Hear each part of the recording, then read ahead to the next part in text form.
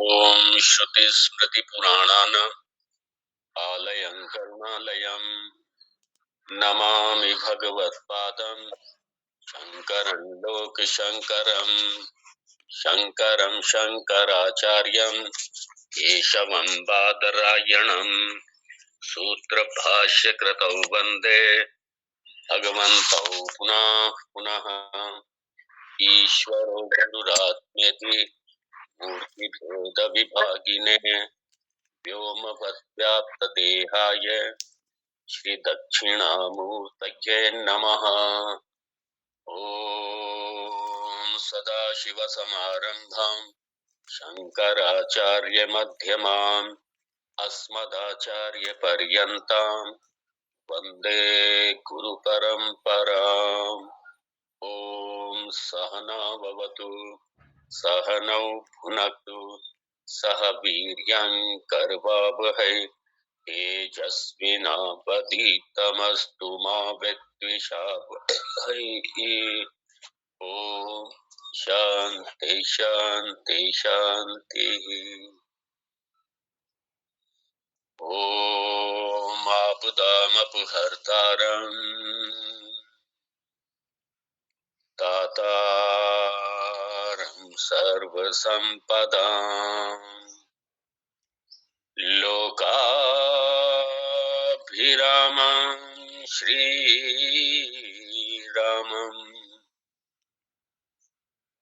भूयो भूयो नमाम्यहम् भूयो भूयो नमाम्यहम्। ॐ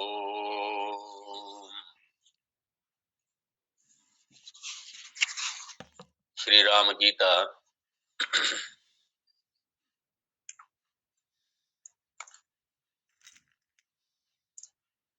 प्रथम श्लोक। श्री महादेव उवाच ततो जङ्गन्मङ्गलमङ्गलात्मना विधाय रामायण कीर्तिमुत्तमा चचार पूर्वाचरितं रघुत्तमो राजर्षिवर्यैरभिसेवितं यथा।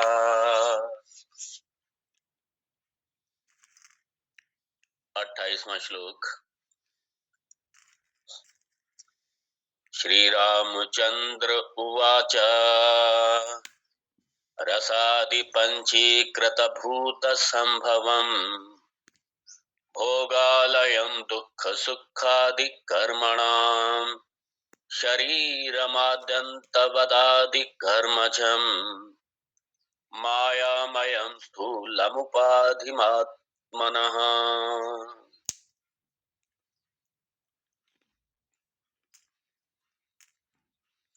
करुणा वरुणालय भगवान त्रिलोकीनाथा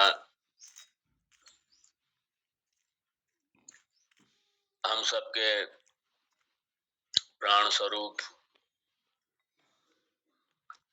हम सबके आधार स्वरूप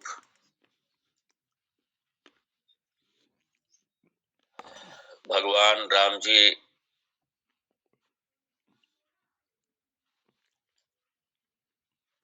यहाँ गुरु रूप में हमारा प्रबोधन कर रहे हैं।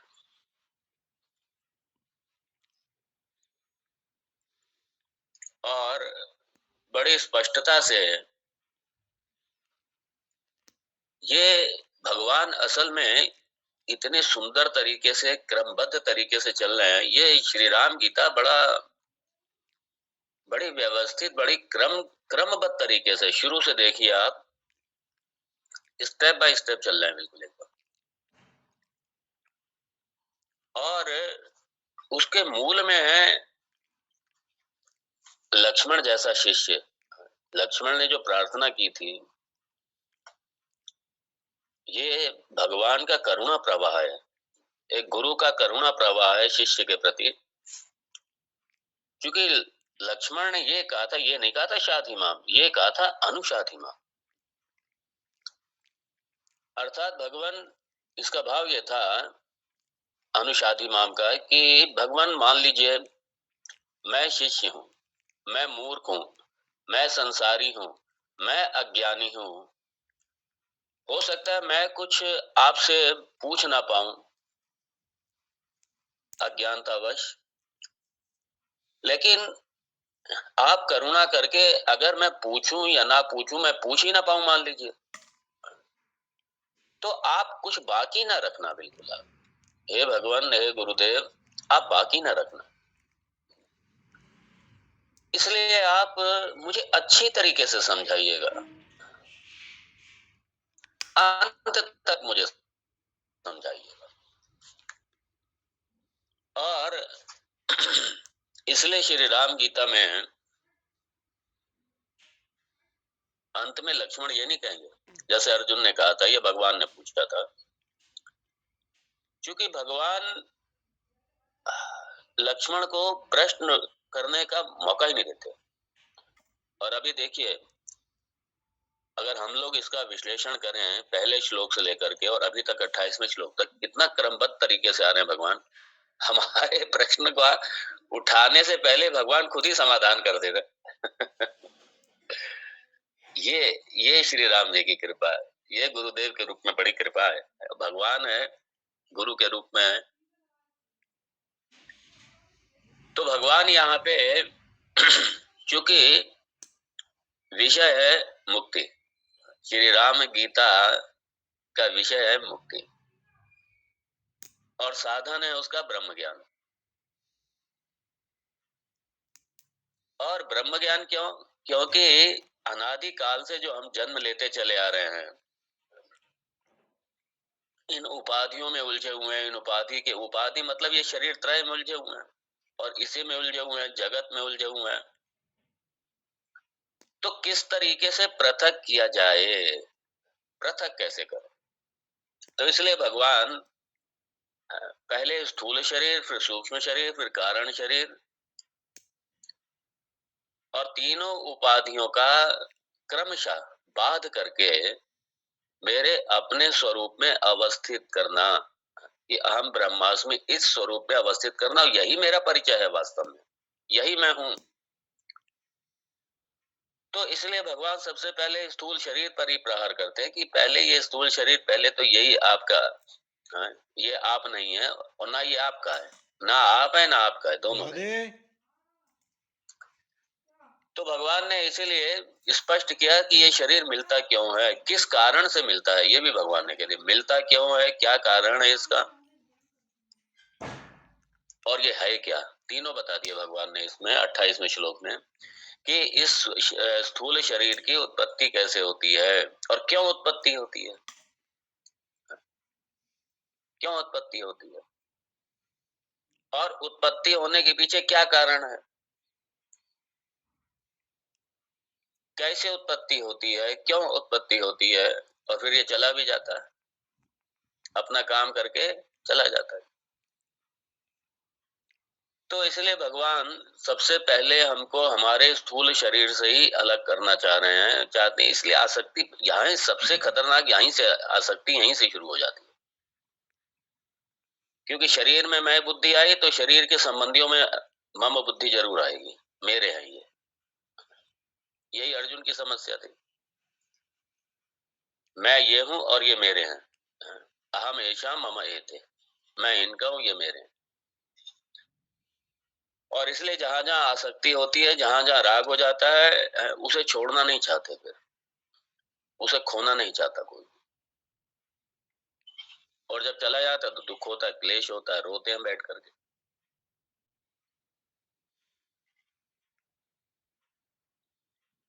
यही तो है संसार।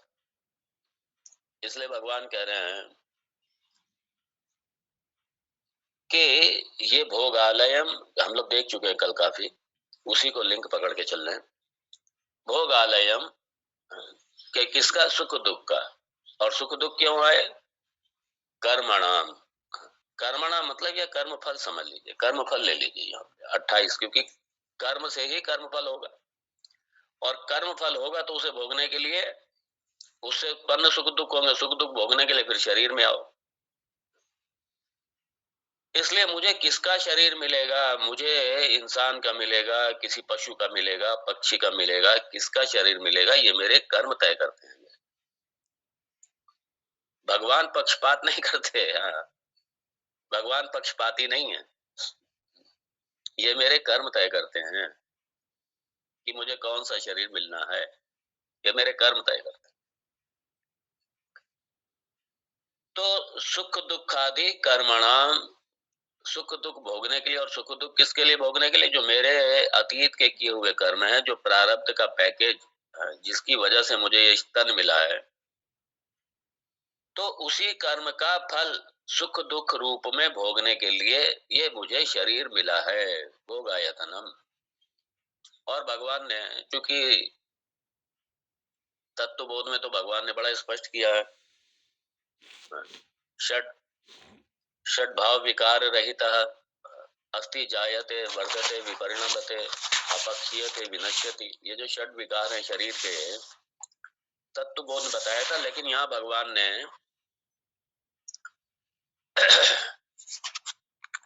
यहाँ कह दिया आदि अंतवत, शरीरम आदि अंतवत। ये आरंभ वाला है और इसलिए अंत वाला है, मतलब जन्मने वाला है, मरने वाला है। और जब जन्मने मरने वाला पहला विकार और अंतिम विकार में, तो बाकी के बीच के विकार भी इसमें आप जोड़ लीजिए। तो जायते, अस्ति, वर्धते, विपरिणमते, अपक्षीयते और विनश्यति, ये षड विकार है इसके। पैदा हो गया, पैदा हो गया तो क्या, मरेगा भी जरूर। तो और बाकी बीच के क्या विकार है? ये बड़ा होगा, बड़ा होगा। इसलिए छोटा सा बच्चा छोटा सा जब बच्चा जब बड़ा होने लगता है ना, और देखते देखते ही पता ही नहीं चलता कब शादी लायक हो गया वो, पता ही नहीं चलता। बड़े पेरेंट्स को बड़ा खुशी होती है, सबको बड़ी खुशी होती है, स्वाभाविक है। बच्चा देखते देखते बड़ा हो गया, कॉलेज में चला गया, कॉलेज में जा रहा है, कॉलेज में जा रहा है, मालूम पड़ा जॉब लग गया, अब शादी लायक हो गया। शादी लायक हो गया, शादी हो गई, पता ही नहीं चला। मुझे याद है, एक हमारे अच्छे भगत हैं, वो अपनी बेटी की शादी का मुझे कार्ड देने आए। कार्ड देने आए और कि स्वामी जी आपको आना है। फिर अपने आप बताने लगे, कहने लगे स्वामी जी मैं इसको ऐसे लग रहा है कि मैंने कल ही जाके स्कूल में इसका एडमिशन कराया। मैं अपने स्कूटर पे खड़ा करके ले गया था, स्कूटर में आगे खड़ा करके, और मैंने इसका एडमिशन कराया और अब इसकी मैं शादी कर रहा हूँ। देखते देखते ऐसे लगता है ये तो अभी कल की बात है। पता ही नहीं चलता। अच्छा है, सकुशल सब बढ़ते रहे, अपना पूरी आयु लेकर के सब जाए, स्वस्थ रहें, सब सुखी रहें सब। लेकिन कई बार अपना प्रारब्ध होता है। अभी अभी परसों की घटना है इंदौर की, जब मैं भी 2-3 दिन पहले इंदौर गया था, तो वहां मुझे एक अजीब एक घटना मिली सुनने को। देखिए अपना प्रारब्ध होता है। एक एक सज्जन वो आए मेरे पास, बेटा उनका लास्ट स्टेज में कोई न्यूरो की प्रॉब्लम, अनकॉन्शियस हो गया, ब्रेन बिल्कुल डेड हो गया। और उनका अपना इश्यू नहीं था, ये 14 साल का बच्चा, 14 इयर्स, और 14 साल का बच्चा, वो भी कोई अडॉप्ट किया था, अपना बच्चा नहीं। और लेकिन नहीं है संतान सुख भाग्य में। अब वो कहने लगे स्वामी जी कुछ अगर ऐसा हो सकता है कुछ करिए, हम सब कुछ अपना सब जो भी करना पड़े हम सब तैयार हैं। लेकिन मैंने कहा कि अब डॉक्टर्स ने भी कह दिया कि किसी भी टाइम चला जाएगा ये। तो कहने लगे स्वामी जी ये बड़ी अजीब बात है, हमने आज तक कभी किसी का बुरा नहीं किया, कभी कुछ नहीं किया, और ये संतान सुख हमारे उसमें नहीं। कई साल तक कोई संतान नहीं हुई, तो उस बाद में हमने अडॉप्ट किया, बाद में पता चला चलो अडॉप्ट कर लिया, बड़ा हो गया, 14 साल का है, अब वो भी जा रहा है आज से। तो ये अपना प्रारब्ध होता है।